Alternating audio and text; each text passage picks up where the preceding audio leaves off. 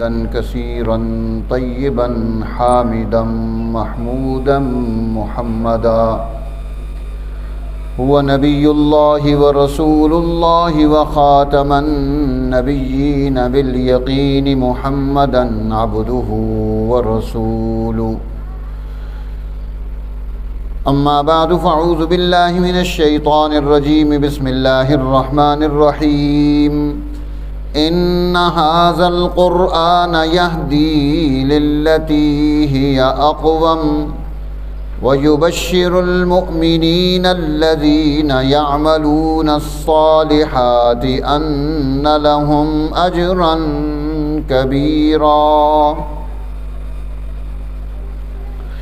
وقال النبي الكريم صلى الله عليه وسلم خيركم من تعلم القرآن وعلمه أو كما قال النبي الكريم صلى الله عليه وسلم. صدق الله العظيم وبلغنا رسوله النبي الكريم ونحن على ذلك لمن الشاهدين والشاكرين والحمد لله رب العالمين. درود شریف پڑھیں.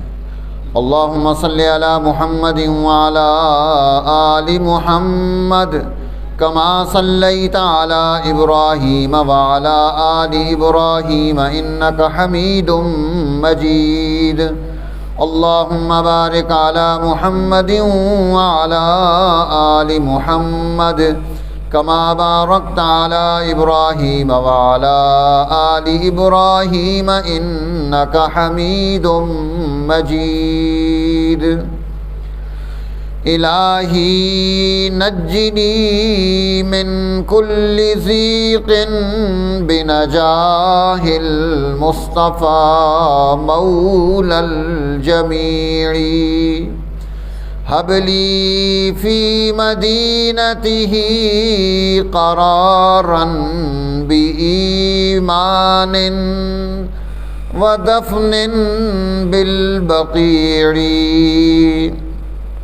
محترم سامعین اکرام، عزیز طلباء اکرام، طالبات، میری ماں بہنوں، بچیوں، السلام علیکم ورحمۃ اللہ وبرکاتہ. آج بڑی سعادت کا دن ہے. قرآن حکیم یہ ایک عظیم الشان کتاب ہے، اولو العزم کتاب ہے. قرآن نے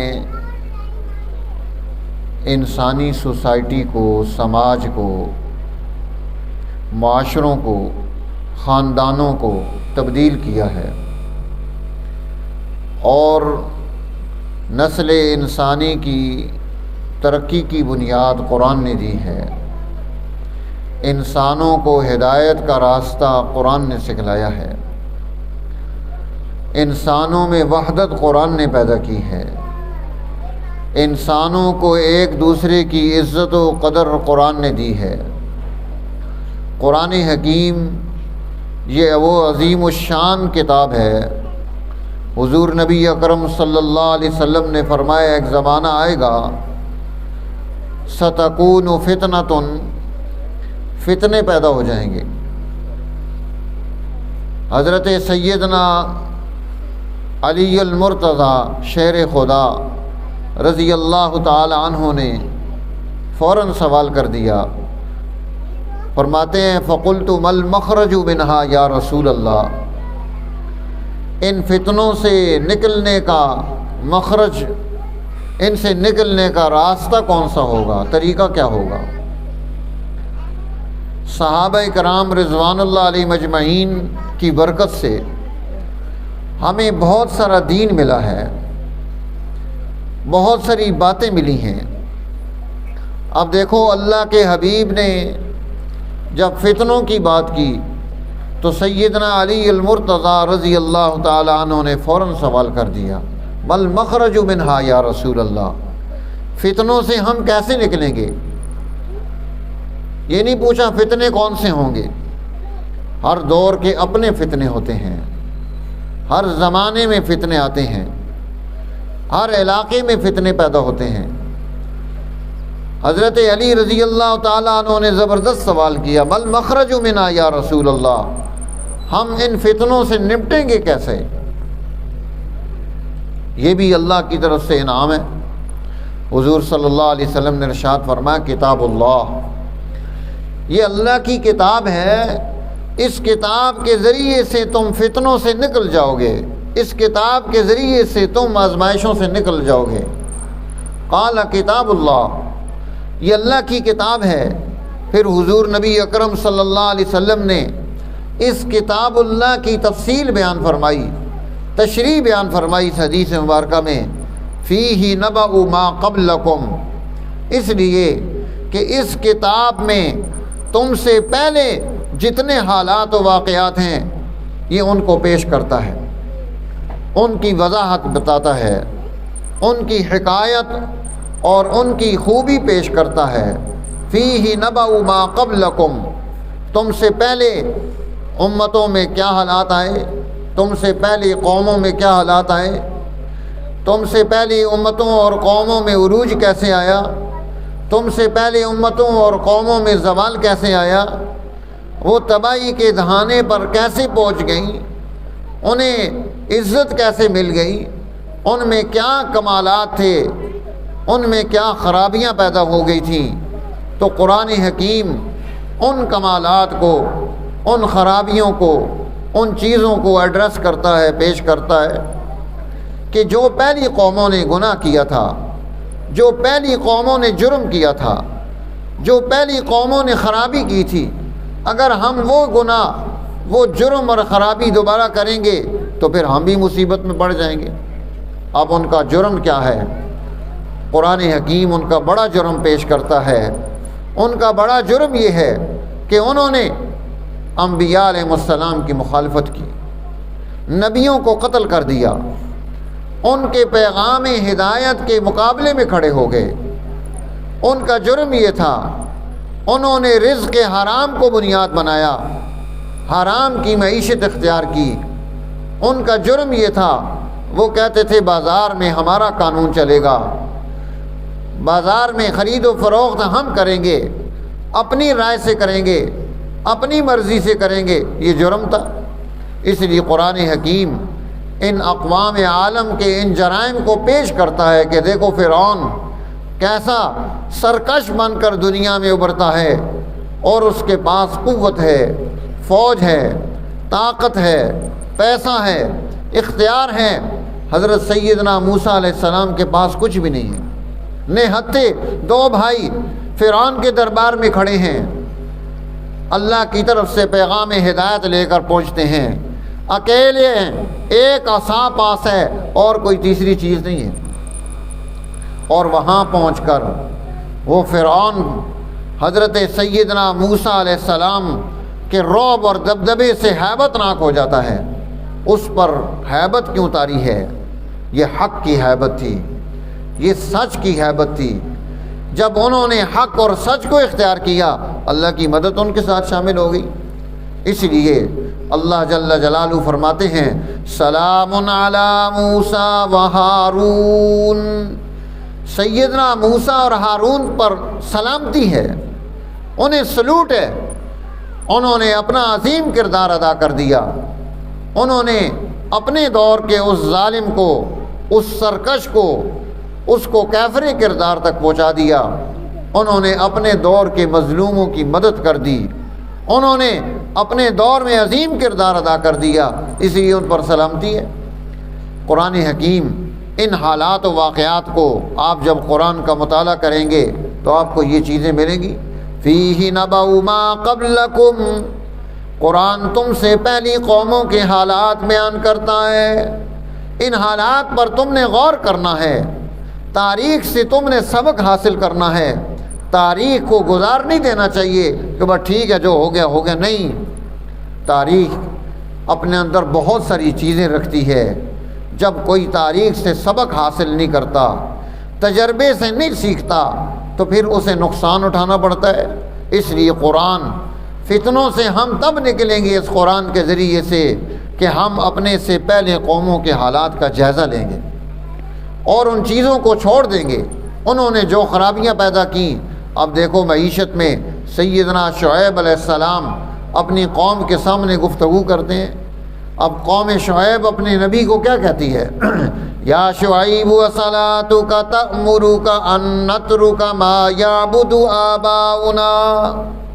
اے شعیب ہم تمہیں نماز پڑھنے سے منع نہیں کرتے، لیکن نماز پڑھنے کے بعد جو تم ہمارے بازار پر تنقید کر رہے ہو تکلیف ہمیں اس سے ہے.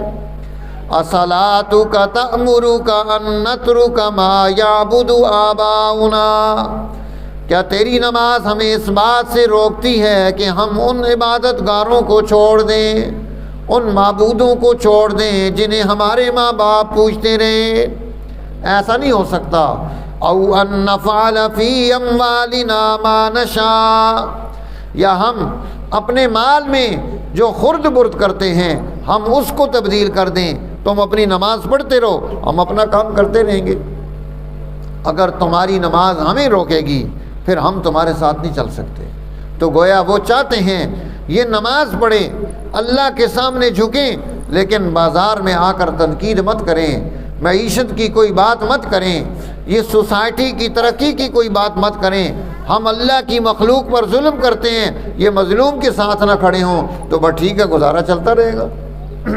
آج بھی دشمن یہی چاہتا ہے کہ دین اسلام جن اعلیٰ اصولوں کو پیش کرتا ہے ان کا تذکرہ نہ کیا جائے اور نماز پڑھی جائے، روزہ رکھا جائے، اجازت ہے اس کی.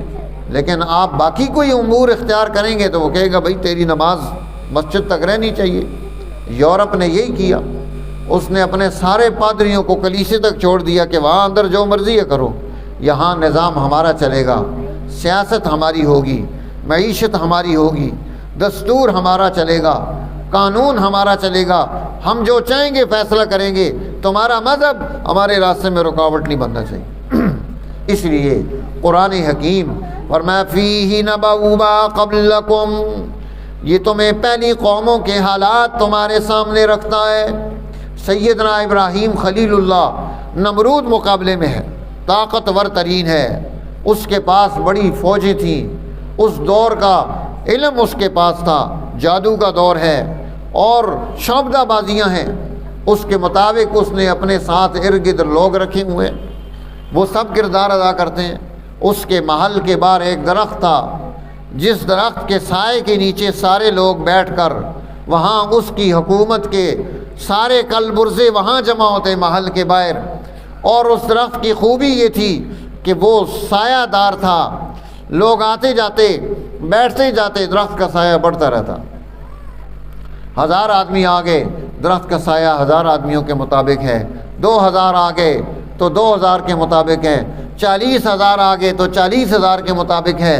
1,00,000 انسان اس درخت کے نیچے سائے میں بیٹھ سکتے تھے. ایسا اس نے سسٹم بنایا تھا کہ دیکھو میں رب ہوں، میں تمہیں یہ کر کے دے رہا ہوں. اب حضرت اور جب 1,00,000 سے بندہ اوپر ہوتا وہ سایہ ختم ہو جاتا، پھر وہ اس بندے کو اٹھا دیتے. سیدنا ابراہیم خلیل اللہ علیہ السلام اس کے مقابلے میں کھڑے، اس کی اس جرت کو توڑ دیتے ہیں، ایک جملے میں اسے ہکا بکا کر دیتے ہیں. سیدنا ابراہیم علیہ السلام کے ساتھ گفتگو اس کی چل رہی ہے. انہوں نے فرمایا میرا رب یحیی و یمیت، زندگی اور موت دینے والا ہے. اس نے کہا یہ کون سا مشکل کام ہے؟ باہر چلتا ہوا بندہ پکڑا، اس کو پکڑو، کہا اس کی گردن اتار دو. جس کو پھانسی لگنے والی تھی کہا اس کو چھوڑ دو. اس نے کہا دیکھ یہ تو میں بھی کر سکتا ہوں. تیرے رب میں اور میرے میں تجھے کیا کمی نظر آئی ہے؟ حضرت سیدنا ابراہیم خلیل اللہ علیہ السلام نے بحث نہیں کی. فرمایا میرا رب روزانہ سورج کو مشرق سے نکالتا ہے، مغرب میں غروب کرتا ہے. اگر تو رب ہے تو سورج کو مغرب سے نکال، مشرق میں غروب کر کے دکھا دے، پتہ چل جائے گا. فَبُهِتَ الَّذِي كَفَرَ، اس کافر کا منہ کھلا کا کھلا رہ گیا، حیران ہے، آنکھیں پھٹی ہوئی ہیں، جواب نہیں اس کے پاس کہ کیا جواب دے. سیدنا ابراہیم خلیل اللہ علیہ السلام کی محنت سے اس پر اتنا رعب طاری ہو گیا. قوم اس کے سامنے حضرت ابراہیم خلیل اللہ علیہ السلام نے اس کی حیثیت رکھ دی کہ جسے تم رب مان رہے ہو، جسے خدا مانتے ہو، جس کو پوج رہے ہو، اس کی طاقت تو یہ ہے. تو میرے دوستو فیہ نبأ ما قبلکم وخبر ما بعدکم، فرمایا یہ پاک کتاب ہے، یہ ماں بعد کے حالات کی خبریں تمہیں دیتا ہے۔ وَلْتَنْظُرْ نَفْسٌ مَا قَدَّمَتْ لِغَدٍ، یہ قرآن آخرت کی ایک ایک چیز کو پیش کرتا ہے۔ یہ قرآن جنت کے حالات بیان کرتا ہے، یہ قرآن جہنم کے حالات بیان کرتا ہے، قرآن قبر کے بارے میں رہنمائی دیتا ہے، یہ موت کے بعد کی ساری چیزیں پیش کر رہا ہے۔ ایک ایک چیز اللہ کے قرآن نے پیش کی ہے۔ فرمایا وَنَبَأُ مَا بَعْدَكُمْ، تمہارے بعد کیا ہوگا، ان تمام کی تفصیلات، یہاں تک کہ قیامت کے دن شیطان اور انسان آپس میں جو مکالمہ کریں گے، قرآن اس مکالمے کو بھی پیش کرتا ہے۔ سورہ ابراہیم میں وہ قرآن پیش کرتا ہے کہ شیطان ان سے کہے گا کہ ایک بات میں نے تمہارے سامنے رکھی تھی، ایک حق کی بات تمہارے سامنے آئی تھی، لا تلومونی، آج مجھے مت ملامت کرو، ولوموا انفسکم، اپنے آپ کو کیوں ملامت نہیں کرتے ہو، میں نے تمہارے سامنے ایک بات رکھی تھی، تم نے میری بات کو قبول کر لیا۔ اب جب تم نے میری بات کو قبول کر لیا ہے تو اس بات کا نتیجہ زوال نکلنا تھا۔ میں تمہارے اوپر کوئی پستول، کلاشنکوف یا تلوار لے کر تو نہیں کھڑا تھا، میرا تمہارے اوپر زور تو نہیں تھا، میری حکومت تو نہیں تھی۔ کیوں مانی تھی بات؟ قرآن ایک سرمایہ دار کا اور ایک اس کے ماتحت جو غریب انسان ہے اس کا مکالمہ بھی پیش کرتا ہے۔ وہ اس کو کہے گا کہ تم اس کو کیوں قبول کیا تھا۔ آپ قرآن پڑھیں گے، اس میں یہ مکالمہ جات آئیں گے۔ اسی طرح تیسری چیز فرمائی وَحَكَمُ مَا بَيْنَكُمْ، یہ قرآن یہ حکم بن کر، جج بن کر، فیصل بن کر حق کے مطابق فیصلے دینے کے لیے آیا ہے۔ قرآن رشتہ داریاں نہیں پالتا فیصلے کرنے میں۔ حضور نبی اکرم صلی اللہ علیہ وسلم کے دور میں واقعہ قرآن نے پیش کیا ہے کہ ایک آدمی نے زرہ چوری کر لی، زرہ سامان چوری کر لیا، زرہ بھی تھی، آٹا بھی تھا، کچھ اور چیزیں تھیں، اور وہ چوری کر کے ایک یہودی کے پاس لے کر چلا گیا، اور جا کر یہودی کے پاس اس نے وہ سامان اپنی امانت رکھوا دی۔ جب اس نے وہ سامان امانت رکھوا دی، صبح وہ لوگ اٹھے، انہوں نے دیکھا کہ آٹے میں سوراخ تھا، اور وہ سوراخ ان کے گھر سے لے کر یہودی کے گھر تک گیا ہوا ہے۔ وہ یہودی کے پاس پہنچے کہ یہ سوراخ، ہم اس سوراخ کے ذریعے سے سوراخ لگاتے ہوئے تیرے پاس پہنچے ہیں، یہ ہمارا مال چوری ہوا ہے، تو نے کیا ہے؟ اس نے کہا نہیں بھائی میں نے چوری نہیں کیا، تمہارا فلاں بندہ جو نام نہاد مسلمان منافق تھا، یہ وہ میرے پاس رکھ کر گیا ہے کہ آپ یہ میرا سامان رکھ لیں، میں بعد میں لے لوں گا، امانت ہے، اس کی امانت پڑی ہوئی ہے۔ اب وہ بندہ اور اس کے خاندان والے مکر گئے، رسول اللہ کی مجلس میں آ کر انہوں نے قسمیں اٹھا لی، جھوٹ کی، رات کو بیٹھ کر مشاورتیں کی۔ قرآن حکیم اس واقعے کو پیش کرتا ہے 5ویں پارے میں، اِنَّا أَنزَلْنَا عَلَيْكَ الْكِتَابَ بِالْحَقِّ لِتَحْكُمَ بَيْنَ النَّاسِ بِمَا أَرَاكَ اللَّهُ، اے میرے محبوب آپ پر یہ پاک کلام اس لیے اتری ہے، یہ حق کلام اس لیے آپ کو دی گئی ہے کہ آپ انسانوں میں اللہ کی مرضی اور اس کی رائے کے مطابق درست فیصلہ کریں۔ وَلَا تَكُن لِّلْخَائِنِينَ خَصِيمًا، آپ کسی دھوکے باز اور فراڈی کی طرف سے آپ مد مقابل نہ آئیں، آپ ان کے خصیم بن کر نہ آئیں۔ پھر قرآن حکیم اس پوری تفصیل کو پیش کرتا ہے کہ کس طرح یہ راتوں کو بیٹھ کر مشورے کر رہے تھے، کیسے جھوٹی قسمیں اٹھا رہے تھے، کس طرح سے فیصلہ کروانا چاہتے تھے رسول اللہ صلی اللہ علیہ وسلم سے۔ تو میرے دوستو قرآن حکیم جج بن کر، فیصل بن کر آیا ہے، اس لیے فرمایا جو اس کے فیصلے کو قبول کر لے گا وہ ترقی کرے گا۔ آج جب ہم نے قرآن کے فیصلے کو چھوڑ دیا، زوال میں چلے گئے، تو یہ بڑی خوش قسمتی کی بات ہے۔ ماشاءاللہ ثناء الحق صاحب، ان کے بچے، ان کی گھر والی، ان کی بیٹیاں، یہ ساری اس عمل میں مصروف ہیں۔ قرآن کی تعلیم آپ کے اس علاقے میں چل رہی ہے، دین اسلام کا تعارف ہو رہا ہے، قرآن حکیم کی خوبیاں پیش کی جا رہی ہیں، قرآن کو پڑھا جا رہا ہے، قرآن کو پڑھایا جا رہا ہے، تو یہ قرآن کا پڑھنا، یہ قرآن کا پڑھانا یہ معمولی بات نہیں۔ حضور نبی اکرم صلی اللہ علیہ وسلم نے فرمایا اشراف امتی حملۃ القرآن، میری امت کے معززین لوگ وہ ہیں، اشراف امتی، میری امت کے جو معزز ہیں، محترم لوگ ہیں، حملۃ القرآن، وہ ہیں جنہوں نے اللہ کے پاک کلام کو اٹھا لیا ہے، اپنے سینے میں جگہ دی ہے، اس کو اپنے گھر میں جگہ دی ہے، اس کو اپنے بازار میں جگہ دی ہے، اس کا احترام کیا ہے۔ اس لیے فرمایا اشراف امتی حملۃ القرآن و اصحاب اللیل، اور دوسری جماعت رات کو تہجد میں اٹھ کر اللہ کے حضور میں سجدہ کرنے والی، فرمایا یہ دو لوگ، یہ دو قسم کے لوگ یہ میری امت کے معزز لوگ ہیں۔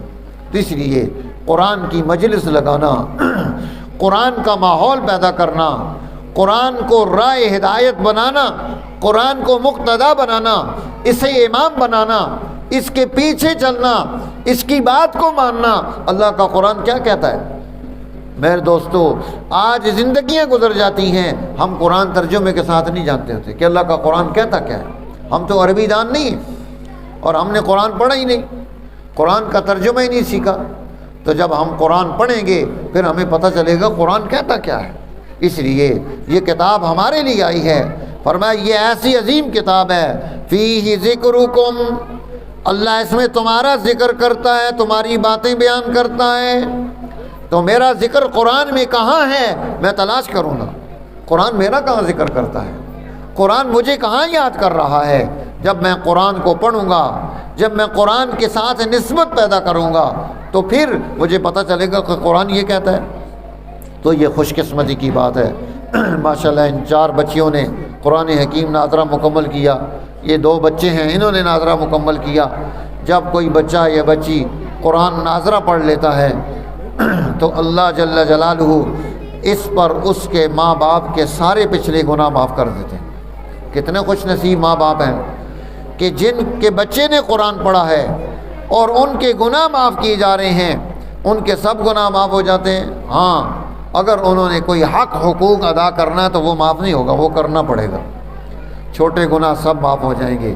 اور دوسرا فرمایا کہ قیامت کے دن انہیں کرامت اور عزت کا جوڑا پہنایا جائے گا، میدان محشر والے حیران ہوں گے کہ انہوں نے کون سی نیکی کی تھی، بتایا جائے گا کہ ان کے بچوں نے قرآن ناظرہ پڑھا تھا۔ تو آپ خوش قسمت ہیں ماں باپ جن کے بچے قرآن ناظرہ پڑھ رہے ہیں، مکمل کر لیا ہے۔ یہ اللہ کی طرف سے نعمت ہے، اللہ کی طرف سے انعام ہے جو ان ماں باپ کو ملا۔ اساتذہ کو انعام ملے گا، قرآن کے ایک ایک حرف کے پڑھنے پر جو انعام ہے وہ الگ ہے۔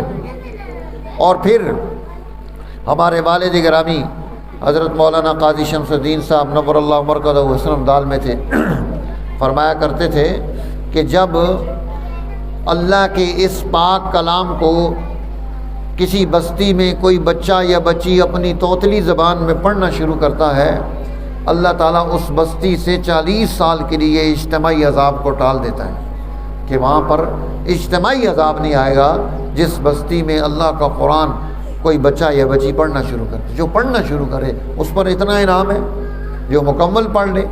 پھر قرآن ناظرہ پڑھنے والے کو ڈبل ثواب ملتا ہے، پڑھنے کا بھی دیکھنے کا بھی۔ تو اس لیے خوبیاں تو بہت ہیں، باتیں بھی بہت ہو سکتی ہیں۔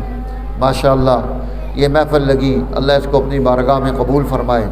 ان حضرات نے کوشش کی، آپ حضرات تشریف لائے، اللہ تعالیٰ یہ ادارہ تعلیمات شریعہ میں نے جو ہے نا کوئی 99 میں میں نے شروع کیا تھا، وہاں مسجد عائشہ میں جمعہ پڑھانا شروع کیا تھا سی بی گراؤنڈ کے ساتھ۔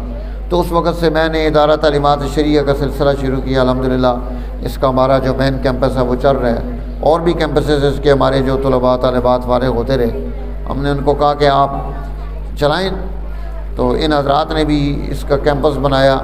یہ بڑی نعمت ہے کہ اپنے بزرگوں کی اور اولیاء اللہ کی، علماء ربانیین کی وہ نگرانی میں جب کوئی کام ہو رہا ہوتا ہے تو اس کام کی تاثیر آتی ہے اور تربیت اس کی ہوتی ہے تو برکات آتی ہیں۔